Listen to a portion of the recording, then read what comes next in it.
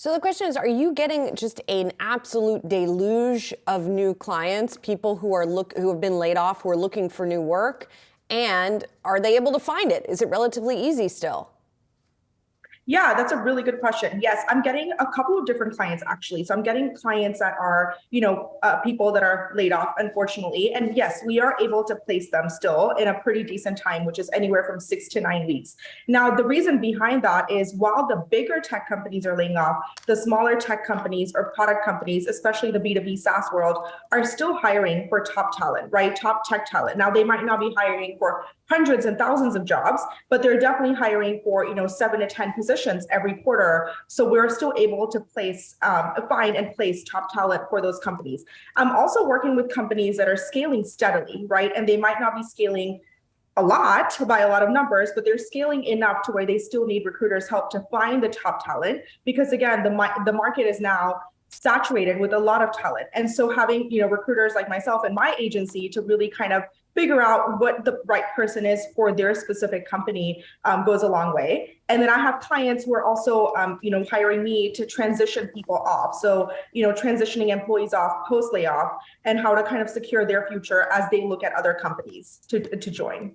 Even amid layoffs and even on the other side of that, the kind of talent acquisition strategy that companies are going to be rolling out as they do perhaps restaff or retrain or skill in some other parts of the business. Where do you think artificial intelligence plays a role in that? Is it on one side making the layoffs for the companies? Is it making that a more clear decision for them or an expedited decision? Or, is there something on the other side that they're also imploring to say, okay, if we've laid off in one category driven by an AI decision, where is AI telling us to add on in other parts of the business?